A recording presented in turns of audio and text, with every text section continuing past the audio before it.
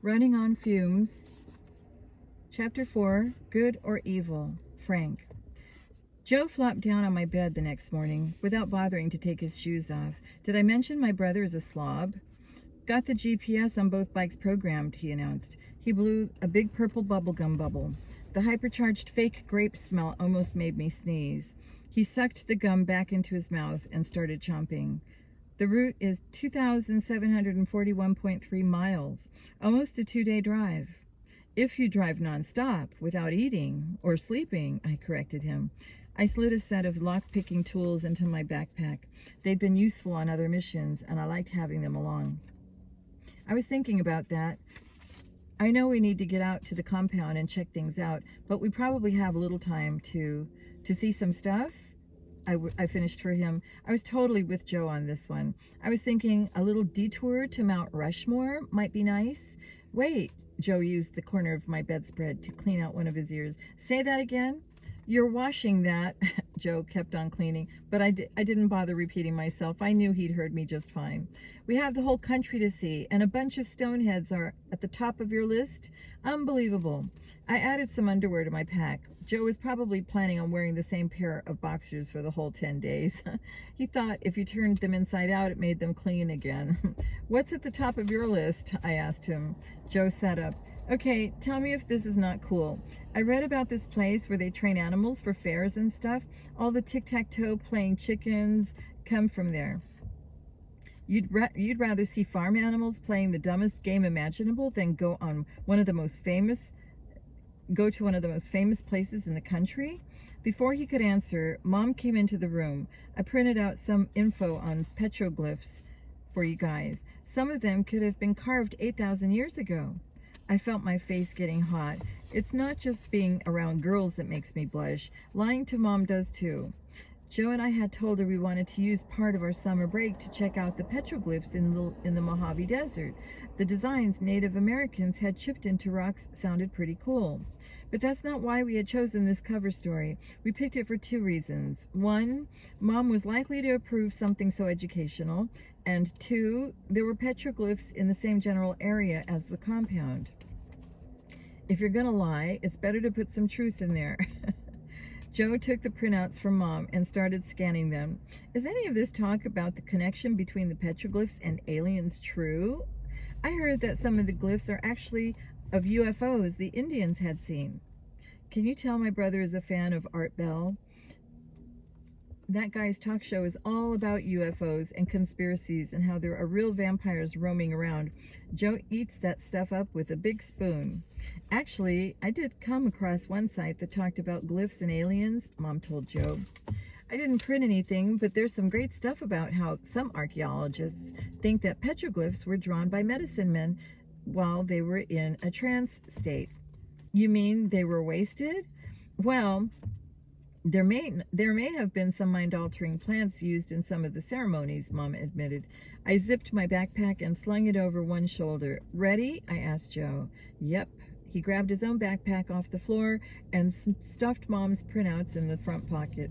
I guess I don't have to give you any mother speeches, like always wear your helmets and try to eat something that's not fried once in a while.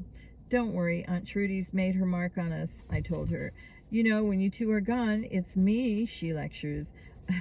Mom complained. She means well, Joe teased. That's what Mom always tells us when we complain about Aunt Trudy. We love our aunt and everything, but she can be a pain sometimes. I was surprised Aunt Trudy wasn't upstairs right at that moment, supervising the packing. Her absence was explained when we headed outside. She was already out there polishing the handlebars of Joe's motorcycle. It took us 15 minutes to get through all the goodbyes and Aunt Trudy lectures and Mom's suggestions. It would have taken longer if Dad hadn't been at one of his breakfasts. He always has a lot of advice before a mission. We were out of there. Once I'm on my bike, I never want to get off.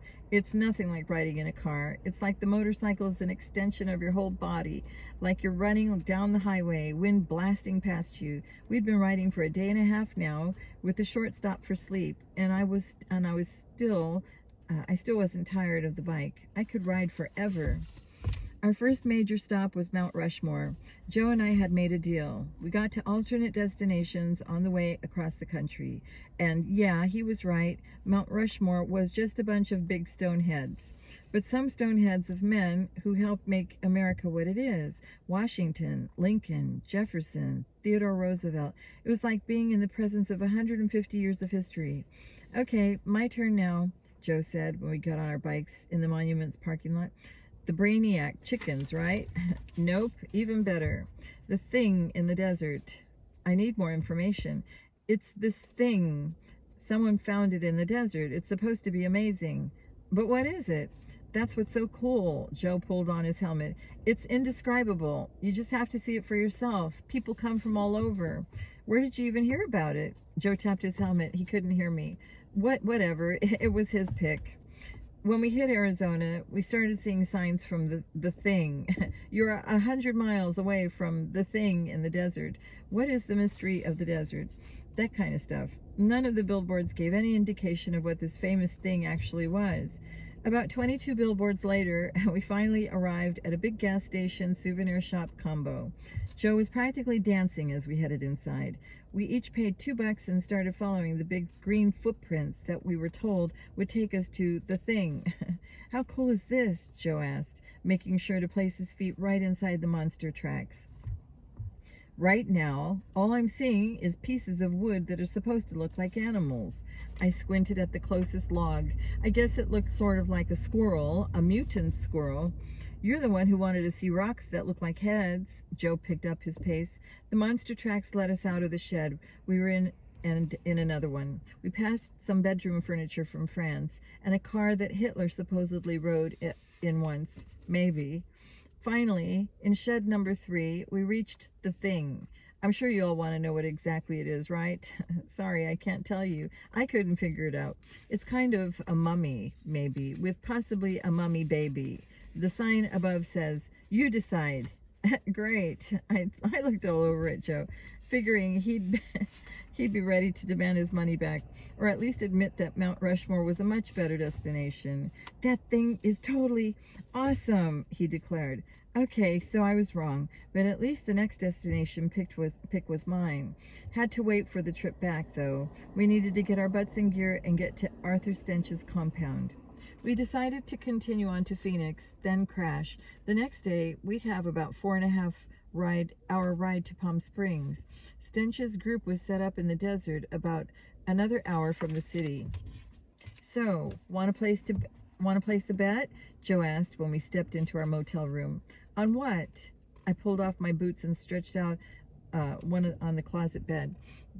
On the closest bed. It felt like the mattress was vibrating. It always takes a while for the sensation of being on my bike to fade. On what we're going to find tomorrow, Joe did his usual shoes on bed flop. Didn't bother me this time. Wasn't my bedspread. Do you think Stench will be just some tree-loving guy, all peaceful, or do you think he'll have a tent full of bombs and stuff?